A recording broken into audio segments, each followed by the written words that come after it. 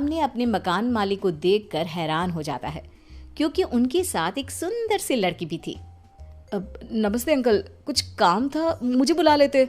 आपने क्यों कष्ट किया? अरे नहीं नहीं, इसमें कष्ट कैसा, मैं तो बस तुम्हें रीना से मिलवाने आया था। आज से रीना तुम्हारे साथ इसी फ्लैट में रहेगी। अंकल, कोई लड़का फ्लैटमेट नहीं है? एक अनजान लड़की के साथ रहना मेरे लिए थोड़ा अजीब होगा। देखो नरेश, मैं तुम्हें पहले भी बता चुका हूँ कि इस फ्लैट में तुम्हें किसी ना किसी के साथ एडजस्ट करना ही होगा, या फिर तुम अकेले पूरे फ्लैट का किराया दे दो, मैं किसी को नहीं रखूंगा। नरेश अपने मकान मालिक की बात सुन के रीना के साथ रहने के लिए तैयार हो जाता है, पर अंदर ही अंदर उसे ये बात खाने लगती है कि वो अपनी माँ को क्या जवाब देगा जब उसकी माँ रीना के बारे में उसे पूछेगी। दिन बीतने लगते हैं। नरेश और रीना अच्छे दोस्त भी बन जाते हैं, पर अभी भी नरेश अपनी प्रॉब्लम का सॉल्यूशन नहीं ढूंढ पाता। एक दिन नरेश बहुत परेशान सा बैठा होता है। तभी रीना उसे पूछती है, क्या हुआ नरेश, तुम काफी परेशान लग रहे हो, सब ठीक तो है ना? हाँ सब ठीक है, बस एक छोटी सी प्रॉब्लम है। वो एक्चुअली 2 दिन बाद मेरी माँ मुझसे मिलने आ रही है। अरे तो इसमें प्रॉब्लम क्या है, ये तो खुशी की बात है। हाँ रीना, बट मेरी माँ एक जिद लेकर बैठ गई है कि मैं शादी कर लूँ, पर मैं अभी इस चीज़ के लिए तैयार नहीं हूँ।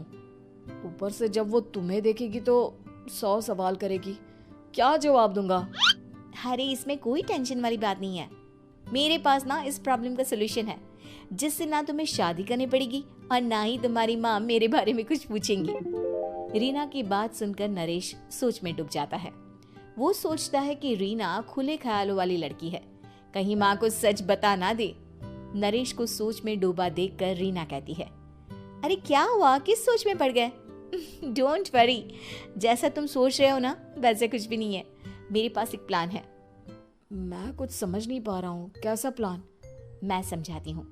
हम ना एक कॉन्ट्रैक्ट मैरिज कर लेते हैं। फिलहाल मेरे पास जॉब नहीं है, तो तुम इस रूम का किराया दे देना जब तक तुम्हारी माँ यहाँ रहेंगी, सिर्फ तब तक। और तुम अपनी माँ से कह देना कि मैं तुम्हारी पत्नी हूँ, इससे वो मेरे यहाँ रहने पर कोई सवाल भी नहीं करेंगी। अरे बात तुम्हारी ठीक है, पर माँ से झूठ बोलना, ना ना बाबा, मैं ये रिस्क नहीं ले सकता। कोई और आइडिया दो ना तुम। देखो मंजूर हो तो बोलो, वरना सच बता दो, मुझे कोई प्रॉब्लम नहीं है। रीना की बात सुनकर नरेश सोच में डूब जाता है। बहुत सोचने के बाद जब उसे कोई रास्ता नहीं मिलता तो वो रीना के बताए हुए रास्ते पर चलने के लिए तैयार हो जाता है। वो रीना से बात करता है और अपनी माँ की पसंद और नापसंद के बारे में बताता है। रीना भी नरेश की सभी बातों को ध्यान से सुनती है ताकि कहीं उससे कोई गलती ना हो जाए। आखिर वो दिन भी आ जाता है जब नरेश की माँ उससे मिलने दिल्ली आ जाती है। नरेश अपनी माँ को फ्लैट पर लेकर जाता है। जैसे ही नरेश की माँ फ्लैट के अंदर जाती है, रीना उसके पैर छू लेती है। ये देखकर नरेश की माँ थोड़ी घबरा जाती है और नरेश से पूछती है, अरे बेटा नरेश, ये कौन है? माँ, ये आपकी बहू रीना है। माफ़ी चाहता हूँ, सब कुछ इतनी जल्दी में हुआ कि आपको बता ही नहीं पाया, इसलिए सोचा कि क्यों ना आपको सरप्राइज दिया जाए। अरे बेटा, मैं तो बस तेरा घर बसा हुआ देखना चाहती थी। हाँ, बहुत अरमान थे अपनी इकलौते बेटी की शादी को लेकर, लेकिन कोई बात नहीं, शायद किस्मत को यही मंजूर होगा। ये कहते ही नरेश की माँ रीना को गले लगा लेती है।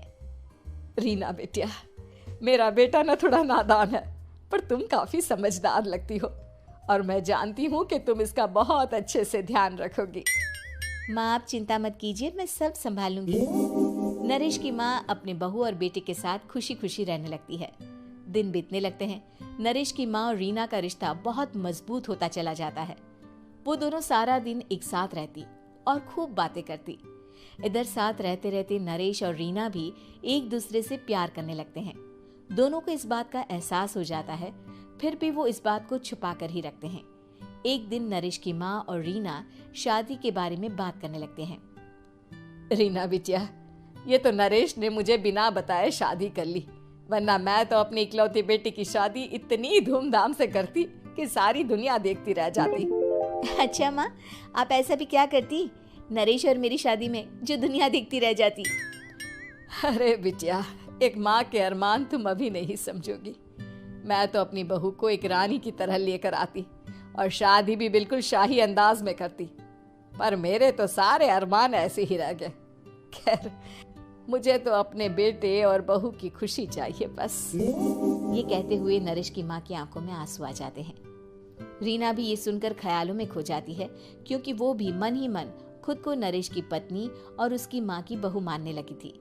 शाम को जब नरेश ऑफिस से घर आता है तो रीना खुद को रोक नहीं पाती और नरेश के सामने उसकी माँ को अपने और नरेश के रिश्ते का सारा सच बता देती है। रीना की बात सुनकर नरेश की माँ दोनों से बहुत नाराज हो जाती है और घर वापस जाने की बात करने लगती है। तुम दोनों ने मुझसे सच छुपाकर बहुत ठेस पहुंचाई है मुझे। अब तुम लोगों के साथ नहीं रहना चाहती मैं।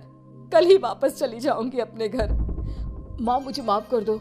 ये सब मैंने रीना के कहने पर ही किया है, वरना मैं भी आपको कभी ठेस पहुंचाने के बारे में सोच भी नहीं सकता। हाँ माँ, हमने ये सिर्फ आपका दिल रखने के लिए किया। प्लीज हम दोनों को माफ कर दीजिए। तुम दोनों ने मेरे अरमानों के साथ खिलवाड़ किया है, और वैसे भी मुझे अपने बेटे के लिए एक अच्छी लड़की ढूंढनी है, इसलिए मेरा यहाँ से जाना ही बेहतर होगा। माँ की ये बात सुनकर रीना खुद को रोक नहीं पाती। माँ, क्या मैं आपके घर की बहू बनने लायक नहीं हूँ? रीना की बात सुनकर नरेश हैरान रह जाता है। नरेश की माँ भी कुछ समझ नहीं पाती। मैं कुछ समझी नहीं, आखिर तुम कहना क्या चाहती हो? माँ, मैं वो नरेश से बहुत प्यार करती हूँ और साथ ही साथ मैं आपको भी अपनी माँ मान बैठी हूँ। आज जब आपकी बातें सुनी तो खुद को रोक नहीं पाई, इसलिए सारा सच आपको बता दिया। रीना की बात सुनकर नरेश की माँ की आंखों में आंसू आ जाते हैं और वो अपने बेटे नरेश और रीना को गले लगा लेती है। मेरे घर की बहू तो सिर्फ रीना बिटिया ही बनेगी। मैं आज ही तुम दोनों की शादी की तारीख निकलवा दूंगी, बस एक बार तुम्हारे घर वाले मान जाए। उसी दिन रीना के माता पिता भी उनके फ्लैट पर आ जाते हैं। दोनों परिवार आपस में बैठकर बातें करते हैं और शादी के लिए राजी हो जाते हैं। रीना भी कॉन्ट्रैक्ट फाड़ देती है और कहती है, सही मायने में मैं अब बहू बनूंगी। अब तक तो सिर्फ कॉन्ट्रैक्ट वाली बहू थी।